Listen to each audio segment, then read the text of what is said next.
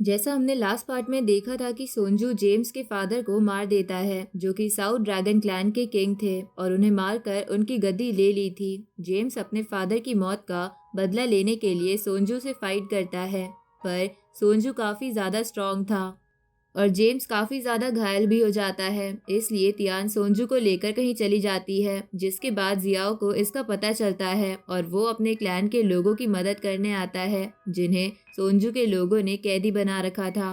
अब आगे तो कहानी की शुरुआत होती है और हम देखते हैं जियाओ अब पहले से काफी स्ट्रांग हो चुका था, जो देखकर सभी काफी हैरान हो जाते हैं। तभी एक काफी स्ट्रांग बंदा जियाओ से फाइट करने आगे आता है। वो बंदा और जियाओ दोनों एक दूसरे पर अटैक्स करने लगते हैं, पर जियाओ उस बंदे का मजाक बना रहा था, जिससे गुस्से में आकर वो बंदा अपना वॉरियर सूट पहन लेता है और अपने दोनों हाथ में वेपन ले आता है। फिर जियाओ वापस से उस बंदे पर अटैक करने आता है, लेकिन वो जियाओ का अटैक रोक लेता है और जियाओ को दूर गिरा देता है। बिना टाइम वेस्ट किए वो बंदा जियाओ पर अटैक करने वापस आ जाता है, पर जियाओ उसको अटैक को रोक लेता है। लेकिन अब वो बंदा जियाओ पर भारी पड़ने लगता है, जिसकी वजह से जियाओ को अपनी स्पेशल टेक्निक इस्तेमाल करनी पड़ती है, जिससे आसमान से बिजली गिरने लगती है। और सभी ये देखकर हैरान हो जाते हैं कि जियाओ इतने पावरफुल अटैक का इस्तेमाल कर पा रहा है। अब जियाओ खड़ा होता है और लगातार बिजली से उस बंदे पर अटैक करने लगता है, लेकिन वो बंदा हर अटैक से बच रहा था और जियाओ को चिढ़ाने भी लगता है। अब जियाओ गुस्से में आ जाता है और जमीन पर स्वॉर्ड मारकर एक फॉर्मेशन बना देता है और वो बंदा चारों तरफ से बिजली के गोले में फंस जाता है। तभी चारों तरफ से वो बंदा बिजली के जाल में कैद हो जाता है, जिससे उसे काफी दर्द हो रहा था। तभी जियाओ थंडर 9 हीव्स अटैक का इस्तेमाल करता है, जिससे आसमान से काफी बड़ा ड्रैगन उस बंदे पर अटैक करता है और सभी काफी हैरान हो जाते हैं कि जियाओ इस अटैक का भी इस्तेमाल कर सकता है। वो अटैक सीधा उस बंदे के लगता है, जिससे वो पूरी तरह से खत्म हो जाता है और जियाओ के छूते ही धूल की तरह हवा में उड़ जाता है। ये देखकर यूलिंग भी काफी हैरान था कि उसका इतना स्ट्रांग वॉरियर हार गया। तभी जियाओ अपनी आर्मी को अटैक करने की कहता है। तभी बहुत सारे बीस्ट, बर्ड्स और ड्रैगन अटैक कर देते हैं। तभी वहाँ याचिका भी अपनी ट्रू फॉर्म में आकर यूलिंग की आर्मी पर अटैक करने लगती है और सभी को मार भी रही थी। यूलिंग वहाँ से भागने की कोशिश करता है, लेकिन एक बीस्ट बर्ड उसे पकड़कर जियाओ के आगे गिरा देता है। अब भी यूलिंग वहां से भागने की कोशिश कर रहा था, पर जियाओ उसके सामने आ जाता है और कहता है उसी ने ड्रैगन किंग को मारा था। जियाओ कहता है इसे भी वो पसंद नहीं थे, लेकिन यूलिंग जिंदा है, ये बात भी उसे बिल्कुल अच्छी नहीं लग रही।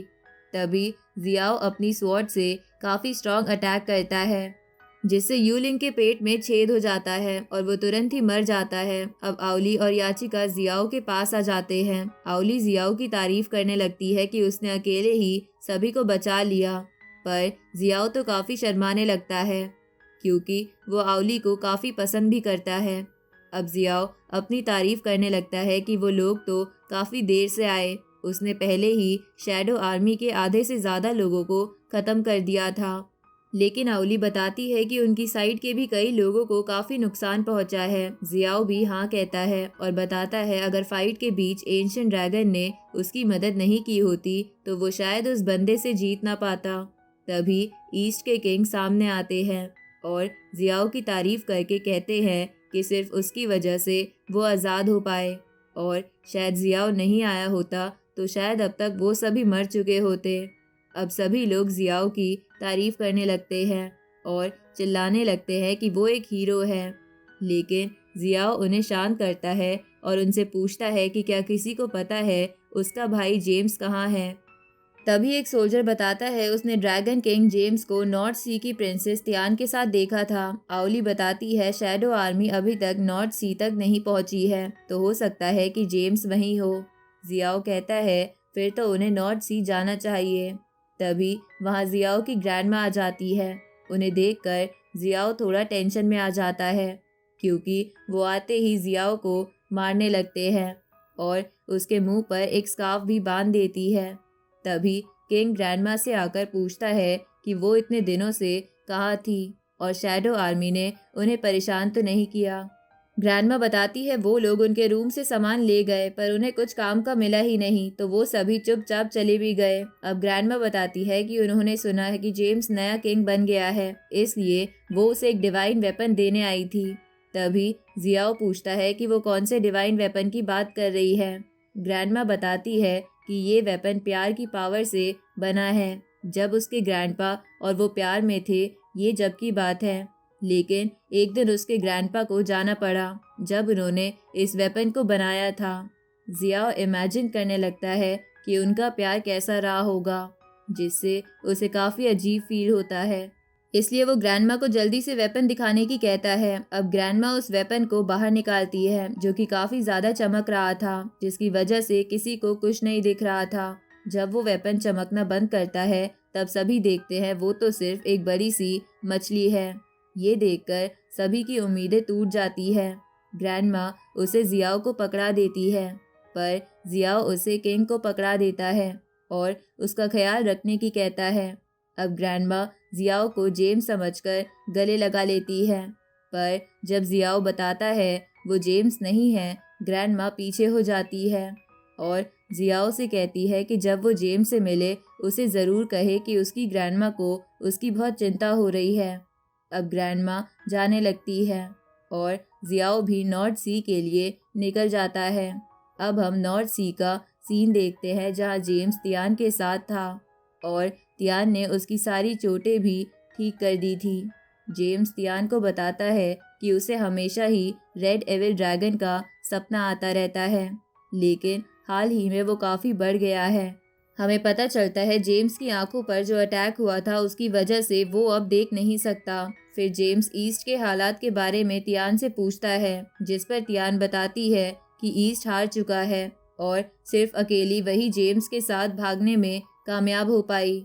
ये सुनकर जेम्स को काफ़ी दुख होता है और कहता है ड्रैगन क्लैन के साथ काफ़ी बुरा टाइम चल रहा है और ऐसे टाइम में वो अंधा हो चुका है। जेम्स को चिंता हो रही थी कि क्या सच में उसके किंग बनने पर ड्रैगन क्लैन पूरी तरह से ख़त्म हो जाएगा। तियान जेम्स के क्लोज आती है और उससे कहती है उसमें उसकी कोई गलती नहीं है और वो अब भी सभी के लिए एक हीरो है। ये कहते हुए तियान जेम्स को किस कर लेती है। अब तियान जेम्स से कहती है वो उसकी आंखें तो हील नहीं कर सकती, पर उसे अच्छा फील करा सकती है। जेम्स कुछ कहने की कोशिश करता, पर तियान उसे चुप करा देती है। कुछ देर बाद उनके रूम में एक लेडी आती है और उन्हें देखकर वहां से चली जाती है। जेम्स उन्हें मदर के नाम से बुलाता है, पर वो जेम्स से कहती है कि अब उसे यहाँ से जाना होगा। ये सुनकर जेम्स हैरान हो जाता है और कहता है वो तो उनकी मदर है, पर वो लेडी जेम्स से कहती है उन्हें फैमिली बनाने में कोई इंटरेस्ट नहीं है। उन्होंने जेम्स को बस इसलिए बचाया क्योंकि वो उनकी ब्लड लाइन का हिस्सा है। ये सुनकर जेम्स थोड़ा शॉक हो जाता है। अब केन नाम का एक बंदा जेम्स की स्वॉर्ड लेकर आता है, पर केन का नाम सुनकर जेम्स हैरान हो जाता है क्योंकि काफ़ी टाइम पहले केन ने उसके साथ एक बैटल में फ़ाइट की थी, लेकिन जेम्स को लगा था केन उस बैटल में मर गया। जेम्स केन से पूछने लगता है कि वो कैसा है और वो जिंदा कैसे बचा, पर केन उसका कोई जवाब नहीं दे रहा था। तभी वो लेडी बताती है कि केन उस बैटल में काफ़ी ज़्यादा घायल हो गया था, तो उन्होंने उसकी ड्रैगन स्पिरिट वापस लाने में मदद की। लेकिन वो लेडी इतनी भी ज़्यादा स्किल्ड नहीं है, इसलिए केन जिंदा तो हो गया पर उसकी मेमोरी चली गई। अब वो लेडी जेम्स की स्वॉर्ड वो काफ़ी सारी एनर्जी डाल देती है और उसे जेम्स को देकर चली जाती है और जाने से पहले उस स्वॉर्ड का अच्छे से इस्तेमाल करने की कहती है। अब जैसे ही जेम्स उस स्वॉर्ड को उठाता है वो सारी एनर्जी उसके अंदर चली जाती है और अब वो पहले जैसा पावरफुल महसूस कर रहा था। सीन शिफ्ट होता है और हम नेज़ो को देखते हैं, जिसकी आर्मी के लोग उसे आकर बताते हैं कि उन्होंने वेस्ट के ड्रैगन क्लैन पर भी कब्जा कर लिया है। नेज़ो, जिसका नाम चियान भी है, वो बताता है कि वेस्ट के किंग की सोल भी कुछ खास नहीं थी, पर ईस्ट का किंग कहाँ है। अब ये सुनते ही वो दोनों सोल्जर चियान के सामने झुक जाते हैं और उसे माफ़ी मांगने लगते हैं क्योंकि ईस्ट का किंग भागने में कामयाब हो गया। ये सुनकर चियान काफ़ी गुस्से में आ जाता है और उन दोनों पर अपनी पावर का इस्तेमाल करते हुए पूछता है कि वो उन्हें क्यों ना मारे। अब वो दोनों कहने लगते हैं कि वो नॉर्थ सी की प्रिंसेस की वजह से भाग गया और वो ज़रूर नॉर्थ सी में होगा, इसलिए उन्हें एक चांस और दे, वो ज़रूर जेम्स को उस तक ले आएंगे।